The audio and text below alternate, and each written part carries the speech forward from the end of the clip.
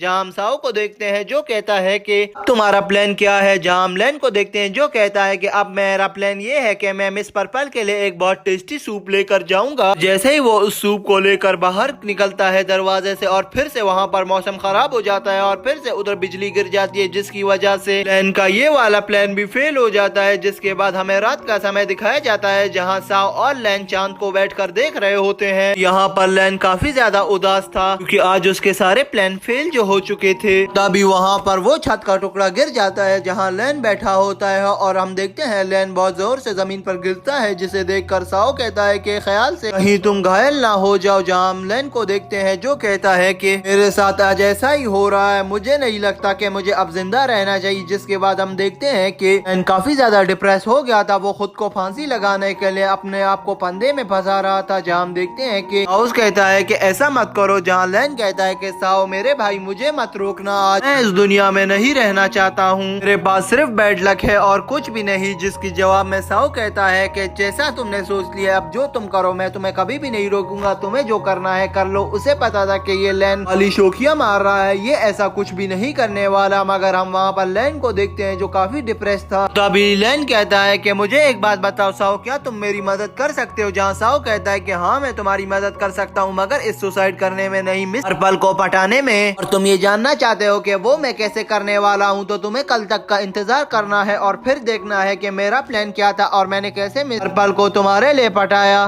तुम्हें जाकर miss purple से मिलना है और बाकी का सारा काम मुझ पर छोड़ देना। जहाँ हम देखते हैं जिसके बाद सीन चेंज हो जाता है। नेक्स्ट सीन में हमें सुबह का समय दिखाया जाता है जहाँ पर मिस पर्पल से मिलने गया होता है और वो दोनों एक बाग में टहल रहे होते हैं। वो उस बाग के पास टहल ही रहे होते हैं जहाँ हम देखते हैं कि एक आदमी आता है जो थोड़ा मिस्टीरियस लग रहा था। वो कहता है कि ये इलाका मेरा है, तुम्हारी हिम्मत भी कैसे हुई मेरे इलाके में घूमने के लिए और मेरे बाग के बाहर चक्कर लगाने की। और वहीं पर वो अपनी स्वॉर्ड निकाल लेता है और कहता है कि अगर तुम लोगों को अपनी जान प्यारी है तो जल्दी से यहाँ से निकल जाओ, वरना मैं तुम में से किसी को भी नहीं छोड़ूंगा। तभी हम देखते हैं मिस पर्पल वहाँ पर डर कर लैन के पीछे छुप जाती है, जहाँ लैन बहुत गुस्से में आ जाता है और कहता है कि तुम होते कौन हो हमें यहाँ से निकालने वाले। तभी वहाँ पर एक और गुंडा आ जाता है। जैसे ही वो आता है वो उस मिस्टीरियस पर्सन को एक जोरदार मुक्का मार देता है, जिसकी वजह से वो मिस्टीरियस पर्सन उड़कर गिर जाता है। और तभी हमें पता चलता है कि ये वही गुंडे थे जो परसों वाली रात को लैन साव का पीछा कर रहे थे। और तभी उनका लीडर भी आगे आ जाता है और लैन से कहता है कि हम तुम्हें काफी दिनों से ढूंढ रहे थे, आखिरकार तुम हमें मिल गए। हाँ, लैन कहता है कि आखिरकार तुम लोग मुझे क्यों ढूंढ रहे थे और मुझे तुम लोगों से क्या काम, ना मेरा तुमसे कोई काम है ना तुम्हारा, तो फिर तुम मुझे क्यों ढूंढ रहे हो? इस पर वो गुंडा बोलता है कि मैं तुम्हें बताता हूँ कि मेरा तुमसे क्या काम है। जिस पर हम देखते हैं वो गुंडा लैन की ओर अटैक अपना कर देता है और वहीं पर ही लैन उसके अटैक को डॉज कर उसको एक किक मार देता है। और वहीं पर लैन मिस पर्पल से कहता है कि तुम्हें इन गुंडों से डरने की जरूरत नहीं है, मैं तुम्हारे साथ हूँ, तुम्हें किसी बात की भी टेंशन नहीं होनी चाहिए। उसकी बातें सुनकर वो गुंडा भी वापस से उठ जाता है। जहाँ हम मिस पर्पल को देखते हैं जो लैन से कहती है कि मुझे ये बताओ कि ये सब लोग कौन है और ये तुम लोग के पीछे क्यों पड़े हुए हैं, तुम लोगों को क्यों मारना चाहते हैं। और तभी वो गुंडा आता है और कहता है कि इसका जवाब तो ये लैन तुम्हें खुद ही दे देगा, जब हम इसे मार देंगे तो वो खुद ही तुम्हें बता देगा कि ये कौन था और इसने क्या किया है। ये कहकर वो लैन की ओर बढ़ने लग जाते हैं। जहाँ लैन कहता है कि मेरे पास तो कोई हथियार भी नहीं है और तुम इतने सारे हो, मुझ पर अकेले रश कर रहे हो। लेकिन तभी हम देखते हैं वहाँ पर गुंडों के पास वो छोटे छोटे बॉल गिरना शुरू हो जाते हैं, जिसे देखकर वो सारे गुंडे बहुत हैरान होने लगते हैं। वहीं पर ही एक गुंडा उन बॉल्स को उठाकर हाथ में देखने लग जाता है और वो सारे बम वहीं पर फट जाते हैं। हमें पता चलता है कि ये सब वहाँ पर साव ने किया है। ये सारे कलर बम साव दूर से फेंक रहा था। वहाँ पर बहुत सारे कलर बम फटने की वजह से उन गुंडों को कुछ भी नहीं दिखाई दे रहा था। और वहाँ से हम लैन और मिस पर्पल को देखते हैं जो भाग निकलते हैं, जिसके बाद हम देखते हैं वो तीनों वहाँ से भाग कर निकल जाते हैं, लैन और साव। और वहाँ पर जो मिस पर्पल थी वो लैन के कंधों पर थी। कुछ देर आगे जाने के बाद हम मिस पर्पल को देखते हैं जो साव को थैंक्स कहती है और फिर उसके करीब जाने लगती है और उससे कहने लगती है कि अगर तुम यहाँ नहीं आए होते तो हम दोनों यहीं पर ही मारे जाते। ये कहकर वो उसके करीब होने लग जाती है। इसे वहाँ पर लैन भी देख रहा था जो काफी ज्यादा जेलस हो रहा था और गुस्से में आ रहा था। और वहीं पर साव कहता है कि मैंने कोई ऐसा अच्छा काम नहीं किया, सारा काम तो लैन ने किया, तुम्हें वहाँ से भगा कर भी लैन आया है। इस पर मिस पर्पल कहती है हाँ लैन भागने में काफी ज्यादा माहिर है। तभी लैन को उधर और गुस्सा आने लगता है और वो कहता है कि ये लोग अब मुझे इनडायरेक्टली एक भगोड़ा कह रहे हैं। इसके बाद हम देखते हैं वहाँ पर सीन चेंज हो जाता है। नेक्स्ट सीन में हमें दिखाया जाता है कि लैन और साव घर पर बैठे होते हैं, जहाँ लैन बहुत ज्यादा गुस्से में होता है साव के ऊपर। उससे कहता है कि तुम मेरे दोस्त नहीं एक गद्दार हो, तुमने ही उन गुंडों को भेजा था ना मुझ पर अटैक करवाने के लिए, जैसा तुम्हारा प्लान था कि तुमने मिस पर्पल को इम्प्रेस करना है और तुमने ही उससे शादी करनी है, तो और तुम अपने प्लान में भी कामयाब हो गए हो ना, अब जाओ वो तुमसे इम्प्रेस हो गई है, जाओ कर लो उससे शादी। यहाँ पर हम देखते हैं लैन बहुत ज्यादा गुस्से में आ गया था, जिस पर साव कहता है कि मैं मैं उसके पास नहीं आया था, वो मेरे पास खुद आई थी। इस पर हम लेन को देखते हैं जो कहता है कि तुम उससे दूर ही रहो साओ, मैं तुम्हें मार डालूंगा अगर इसके बाद तुम उसके पास भी गए। जिस पर हम साओ को देखते हैं जो कहने लगता है कि मैं आइंदा ऐसा नहीं करूंगा। तभी हम साओ को देखते हैं जो मन ही मन में सोचने लगता है कि मैं तो एक लड़की हूँ, कहीं ये पागल तो नहीं हो गया कि मैं उसके पास जाऊंगी और उससे शादी करूंगी। और यहीं पर हम लेन को देखते हैं जो काफी ज्यादा उदास हो चुका था और कहने लगता है कि मेरे सारे प्लान फेल होते जा रहे हैं, अब मैं क्या करूं। तुमने आज खुद देख लिया कि मिस पर्पल ने मुझसे कैसे बात की। यहाँ पर लेन और ज्यादा उदास हो जाता है और कहता है कि मेरा अब सपना उससे शादी करने का सपना ही रह जाएगा, ये कभी पूरा नहीं होगा। इस पर साओ कहता है कि तुम इतना ज्यादा परेशान मत हो, मुझे पता है कि तुम एक अच्छे इंसान हो और ये भी मैं तुम्हें बता दूं कि तुम जब उससे अच्छे से बात करोगे वो तुमसे एक ना एक दिन जरूर इम्प्रेस हो जाएगी। अगर तुम्हें इसमें मेरी मदद चाहिए तो मैं तुम्हारी मदद करने के लिए हर पल तैयार हूँ। तुम्हें खुद पता है मेरे भाई लेन, और ये मैं खुद सोच और ना जान पूछ कर नहीं कर रहा कि वो मुझसे इम्प्रेस हो, मैं तो यही चाहता हूँ कि तुम दोनों की शादी हो जाए। इस पर हम लेन को देखते हैं जो काफी ज्यादा गुस्से में था। वो कहता है कि नहीं, मुझे तुम्हारी किसी भी मदद की जरूरत नहीं, तुम बस मिस लेन से दूर रहो और मुझे तुमसे कुछ भी नहीं चाहिए। वहीं पर ही हमारा सीन चेंज हो जाता है। नेक्स्ट सीन में हम देखते हैं कि लेन मिस पर्पल से मिलने आया होता है। तभी हम लेन को देखते हैं जो साओ के पास आता है और उसे कुछ पैसे देता है और उससे कहता है कि तुम चले जाओ यहाँ से, कहीं कुछ खाने पीने चले जाओ और यहाँ पर तब तक नहीं आना जब तक मैं तुम्हें ना बुलाऊं। इस पर साओ कहता है कि नहीं, मैं यहाँ से नहीं जा रहा, ना मुझे भूख है ना मैं कुछ करूंगा यहाँ पर, और तुम्हें क्या दिक्कत है कि अगर यहाँ पर मैं थोड़ी देर और रुक जाऊँ तो। जिस पर फिर लेन उसके वो कहता है कि चलो मेरे साथ चलो। तभी हम देखते हैं वो उसके साथ तो जाता है मगर कुछ ही देर बाद साओ को कुछ याद आ जाता है। वो लेन के हाथ से वो पैसों की बोतली को लेकर वहाँ से निकल जाता है और तभी हम देखते हैं वहाँ पर लेन और मिस पर्पल अकेले थे। उन दोनों के बीच में बहुत अच्छी बातचीत चल रही होती है जहाँ मिस पर्पल कहती है कि लेन तुम्हें पता है क्या मेरा फेवरेट फ्लावर लोटस है। फिर वो लेन को कहती है कि लेन क्या तुम मेरे लिए तालाब से वो लोटस का फूल निकाल कर लेकर आ सकते हो। जहाँ लेन कहता है कि मिस पर्पल जी मैं तुम्हारे लिए निकाल कर लेकर आ सकता हूँ, ऐसी भी अब बात नहीं कि मैं इतना भी नहीं करूँगा आपके लिए। और वहीं पर ही हमें साओ को दिखाया जाता है जो नदी के पास बैठी होती है और काफी ज्यादा उदास होती है और सोचने लगती है कि मैं तो उसकी मदद करना चाहती थी मगर वो हमेशा ही उस मिस पर्पल के पीछे पड़ा रहता है और उसे कब मेरी चिंता होगी कि मैं उसके लिए कितनी हेल्प करती हूँ और उसकी रक्षा का कितना ख्याल रखती हूँ, मगर उसको ये बात कब रियलाइज होगी। काफी देर वहाँ पर ये चीजें सोचने के बाद वो फिर से लेन की ओर चलने लग जाता है और जहाँ वो जाता है कि लेन और वहाँ पर मिस पर्पल होती ही नहीं है। उनको देखकर वो काफी ज्यादा परेशान हो जाता है और कहता है कि ये दोनों कहाँ गए। तभी वो मिस पर्पल के पैलेस में आ जाता है और मिस पर्पल से पूछता है कि लेन कहाँ पर है। जहाँ मिस पर्पल उसे बता दिए कि लेन मेरे लिए एक लोटस का फ्लावर ढूंढने गया है। तभी हमें वहाँ पर लेन को दिखाया जाता है जो एक बोट में सवार नदी के बीच में जा रहा होता है और वो बोट ज्यादा हिल रही होती है। जहाँ वो बोटमैन ने अभी तक इनको नहीं पहचाना था क्योंकि लेन ने पहली दफा भी बोट पे चढ़ने के बाद इसको पैसे नहीं दिए थे। अगर थोड़ी देर ही बाद लेन को वो बोट वाला पहचान लेता है और कहता है कि जल्दी से मुझे पैसे दो या मेरी बोट से उतर जाओ वरना मैं तुम्हें धक्के मार के यहीं पर बीच पानी में फेंक दूंगा। लेन उसको कहता है कि मेरे पास पैसे नहीं, प्लीज मेरी मदद करो। वो उससे बहुत ज्यादा रिक्वेस्ट करता है मगर बोट वाला उसे उस बीच समंदर में फेंक देता है। वहाँ पर लेन तैरने लग जाता है और तैर तैर कर नदी से किसी भी तरीके से बाहर आ जाता है। वहाँ पर वो काफी ज्यादा निराश हो गया था और कहता है कि मुझे नहीं मिला वो लोटस का फ्लावर। तभी हम देखते हैं वहीं पर मिस पर्पल और साओ भी आ जाते हैं जहाँ वो उन दोनों से कहता है कि मुझे लोटस का फ्लावर तो नहीं मिला मगर मुझे यहाँ पर एक चीज मिली है। तभी वो उस चीज को निकालता है और उन दोनों को दिखाता है। उस चीज को देखते ही साओ उसको अपने हाथ में ले लेता है और वहीं पर छुपा देता है और कहता है कि ऐसे मैं रख सकता हूँ, ये मुझे बहुत ज्यादा पसंद है। वो लोग ये बात कर ही रहे होते हैं तभी वहाँ पर एक हवा का बहुत तेज झोंका आता है जिससे मिस पर्पल का दुपट्टा वहीं पर उतर जाता है। और यहीं पर लेन देखता है कि ये मौका अच्छा है कि मैं मिस पर्पल की मदद करूँ, इसीलिए वो उस दुपट्टे के पीछे भागना शुरू कर देता है। लेन बहुत कोशिश करता है उस दुपट्टे को पकड़ने की मगर नहीं पकड़ पाता। जब हम देखते हैं साओ वहाँ पर उस दुपट्टे को पकड़ने के लिए जाता है और उसे पकड़ लेता है, लेकिन वो जैसे ही उस दुपट्टे को पकड़कर नीचे उतरता है और उसके पैर में वहीं पर ही एक जोर से लगता है और वहीं पर ही उसके पैर पर मोच आ जाती है।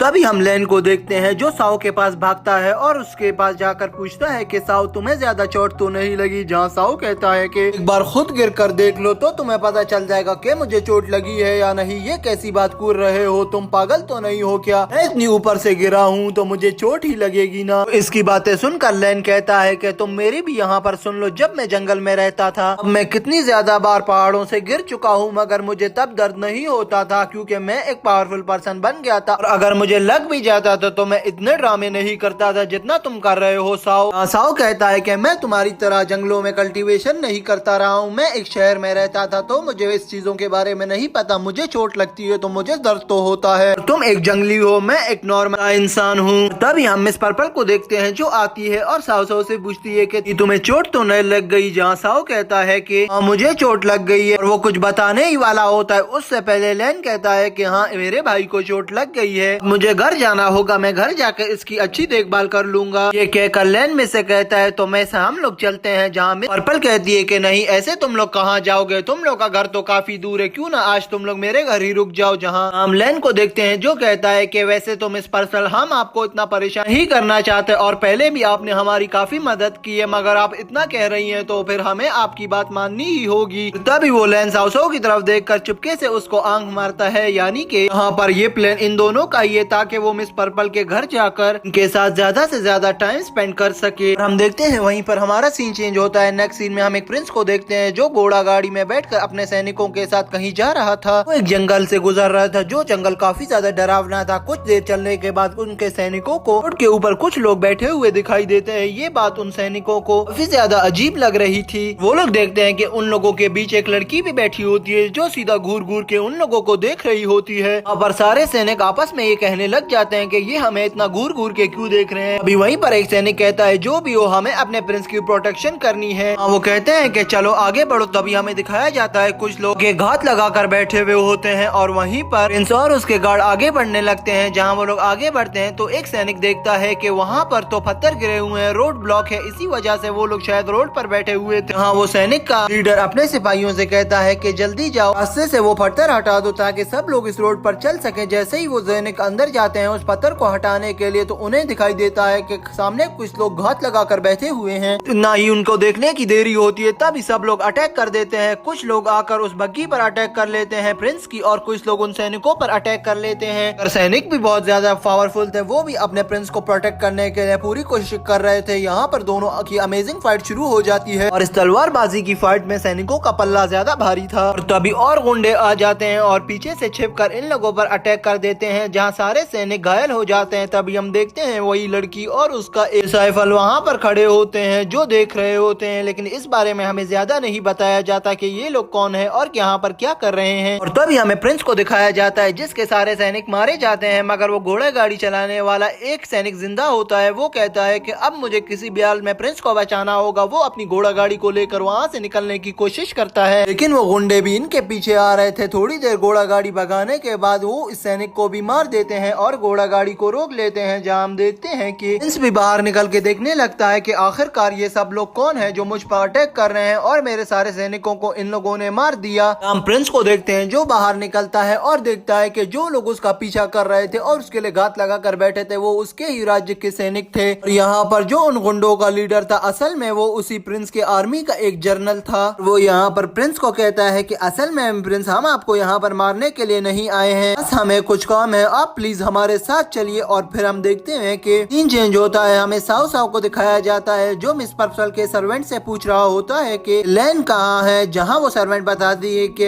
लैन अभी मिस पर्पल के साथ बैठकर चेस खेल रहा है। सुनकर साओ गुस्से में आता है और कहता है कि हर लड़के का सपना होता है कि वो एक पावरफुल बने या एक अच्छा सा बिजनेसमैन बने, मगर यहाँ पर लैन को सिवाय ट्रक बन के किसी और चीज की पड़ी ही नहीं है। ये पागल आदमी मैं ऐसे ही मुश्किल में फंसाता रहेगा, इसका दिमाग खराब है। और मुझे तो ये समझ नहीं आ रहा कि मिस पर्पल ने भी इसको क्या देखकर अपना दोस्त बना लिया है। इसके बाद देखते हैं इतना कुछ सोचने के बाद वो भी घर के अंदर चला जाता है। इसके बाद हम मिस पर्पल को देखते हैं जो लैन के साथ बैठकर गेम खेल रही होती है। हाँ वो चेस की गेम में लैन बार बार मिस पर्पल से हारता जा रहा था। इस पर मिस पर्पल उससे कहती है लैन मेरी बात सुनो, तुम्हें पता है क्या मेरे घर वाले कहते हैं जो बंदा चेस गेम नहीं जीत पाता वो रियल लाइफ में भी कुछ नहीं कर पाता है। इस पर लैन कहता है कि वैसे तो मुझे गेम खेलना आता नहीं है मगर मैं तुम्हारी खातिर खेल रहा हूँ और अगर तुम चाहती हो कि मैं तुम्हें जीत जाऊँ तो आओ हम एक और राउंड खेल सकते हैं। जहाँ मिस पर्पल कहती है कि आओ एक और राउंड खेल लेते हैं। जहाँ हम देखते हैं वो लोग एक और राउंड खेल लेते हैं मगर इस राउंड पर भी मिस पर्पल विन कर जाती है। वहीं पर लैन इस गेम को बहुत ध्यान से देख रहा था। जहाँ हम देखते हैं मिस पर्पल कहती है कि आओ क्या तुम इस गेम को खेलना जानते हो, अगर तुम इस गेम को खेलना जानते हो तो तुम भी आ जाओ, अपनी लक को एक बार मुझ पर ट्राई कर लो और मुझे हरा कर दिखाओ। इस पर हम साओ को देखते हैं जो उसके चैलेंज को एक्सेप्ट कर लेता है और कहता है कि जैसी आपकी मर्जी में। हाँ गेम शुरू हो जाती है। हम देखते हैं गेम में मिस पर्पल के जीतने का चांस चांस बहुत ज्यादा था, मगर यहाँ पर साओ भी हार नहीं मान रहा था और अपनी पूरी कोशिश करता है इस गेम को जीतने के लिए। और इनके बीच यहाँ एक तगड़ा मुकाबला चल रहा होता है, लेकिन बहुत देर गेम होने के बाद आखिर में हम देखते हैं ये गेम साओ जीत जाता है, जिसे देखकर मिस पर्पल बहुत ज्यादा हैरान होती है और कहती है कि ये कैसे, मैं पहले ही राउंड में तुमसे हार गई, वो भी एक न्यू गेम सीखने वाले से, ऐसे कैसे हो सकता है, तुम बहुत ज्यादा पावरफुल हो और तुमने बहुत अच्छी गेम खेली। वहीं पर हम देखते हैं कि मिस पर्पल यहाँ पर एम्बेरस फील करने लग जाती है, क्योंकि ये गेम वो किसी से भी नहीं हारी थी। हाँ, लेन बीच में आ जाता है और उसके मूड को अच्छा करने के लिए कहता है कि ये तो एक आम सी बात है, गेम में तो हार जीत लगी ही रहती है। इस पर हम देखते हैं साओ उसकी बात काटते हुए कहता है कि ये कोई एक गेम नहीं है, यही तो हमने मिस पर्पल से सीखा है, जिसने कहा था कि ये भी जो गेम हार जाएगा वो असली में भी फाइट नहीं कर पाता है, अगर वो जो गेम जीत सकता है वो असली में भी विनर होता है फाइट का। हाँ, साओ मिस पर्पल की कही हुई बातें उसी को ही सुना देता है। इस पर मिस पर्पल का रिएक्शन ये होता है कि वो कहती है कि हाँ बिल्कुल साओ ठीक कह रहा है, ये बातें मैंने ही कही थी और ये बिल्कुल सही है। तभी मिस पर्पल पूछती है कि साओ मुझे ये बताओ कि तुम्हारा तो फर्स्ट टाइम था और तुमने ये इतना अच्छा गेम खेलना कैसे सीखा।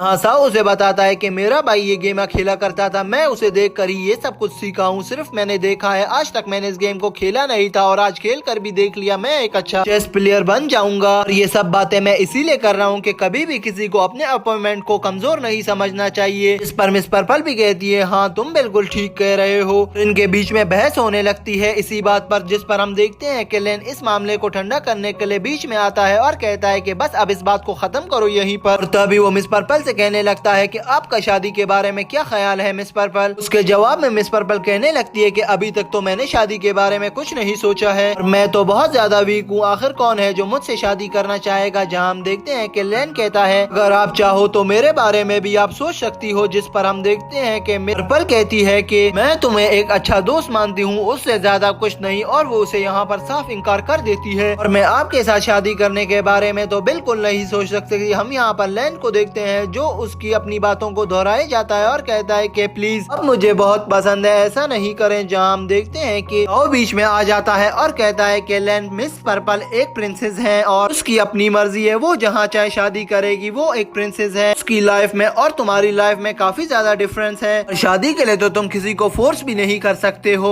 कहती हम देखते हैं लेन वहाँ पर बहुत ज्यादा दुखी होता है और साओ से कहता है कि चलो। यहाँ पर हम देखते हैं साओ और लेन घर से बाहर आ जाते हैं और वो वापस अपने घर जा रहे होते हैं। जहाँ देखो मैंने तुमसे पहले ही कहा था मिस पर्पल तुम्हें लाइक नहीं करती। जहाँ लेन कहता है कि मेरे बचपन का यही सपना था कि मैं मार्शल आर्ट को सीखूं, एक और दूसरा ये कि मैं एक प्रिंसेस से शादी करूं। जहाँ साओ कहता है कि मैंने तो यही सुना था कि लड़कों का एक सपना होता है कि वो एक अच्छे योद्धा बने और वो राजा की सेना में शामिल हो। जहाँ हम देखते हैं साओ फिर से लेन से पूछता है कि क्या तुम्हें योद्धा बनने का कोई शौक नहीं है। जहाँ हम लेन को देखते हैं जो कहता है कि तुम्हें तो पता है कि मुझे लड़ाई वगैरह कुछ भी नहीं पसंद है, क्योंकि तुम्हें ही तो पता होगा ना कि युद्ध में कितनी सारी फैमिलीज तबाह हो जाती हैं और डिस्ट्रॉय हो जाती हैं, उनका बैकग्राउंड भी नहीं बचता। जिस पर हम देखते हैं साओ कहता है कि चलो जैसी तुम्हारी मर्जी, बाकी ये बातें छोड़ो, मुझे ये बताओ कि क्या तुम अभी भी मिस पर्पल को इम्प्रेस करना चाहते हो या नहीं। इस पर लेन गुस्से में आता है और साओ से कहता है कि क्या तुम अभी मुझे चिढ़ा रहे हो, या ऐसी हरकतें नहीं करो, मैं तुम्हें बहुत पीटूंगा, तुम अब ऐसी बच्चों वाली हरकतें कर रहे हो ना साओ। जहाँ साओ कहता है कि तुम बताओ तो सही। जहाँ लेन कहता है कि नहीं, अब मैं मिस पर्पल को इस बारे में फोर्स नहीं करूंगा, उनकी जैसी मर्जी वो जो भी करें। और ये सब बातें वो अपनी बालकनी से मिस पर्पल भी सुन रही होती है। तभी यहाँ पर हम देखते हैं मिस पर्पल का भाई आ जाता है, जो मिस्टीरियस पर्सन था वो मिस पर्पल का भाई था। वो आकर मिस पर्पल से कहता है कि तुम्हें टेंशन लेने की जरूरत नहीं है, बस वही करो जो तुम्हें कहा गया है। जहाँ मिस पर्पल कहती है कि तुम्हें क्या लगता है किसी का दिल तोड़ना इतना आसान होता है क्या। इस पर मिस पर्पल का भाई कहता है कि वही करो जो तुमने मास्टर से सीखा है और जो मास्टर ने तुम्हें कहा है बिल्कुल वही करना। के बाद मिस पर्पल पूछती है कि अभी बताओ आगे क्या मिशन है। जहाँ हम देखते हैं कि मिस पर्पल का ब्रदर कहता है कि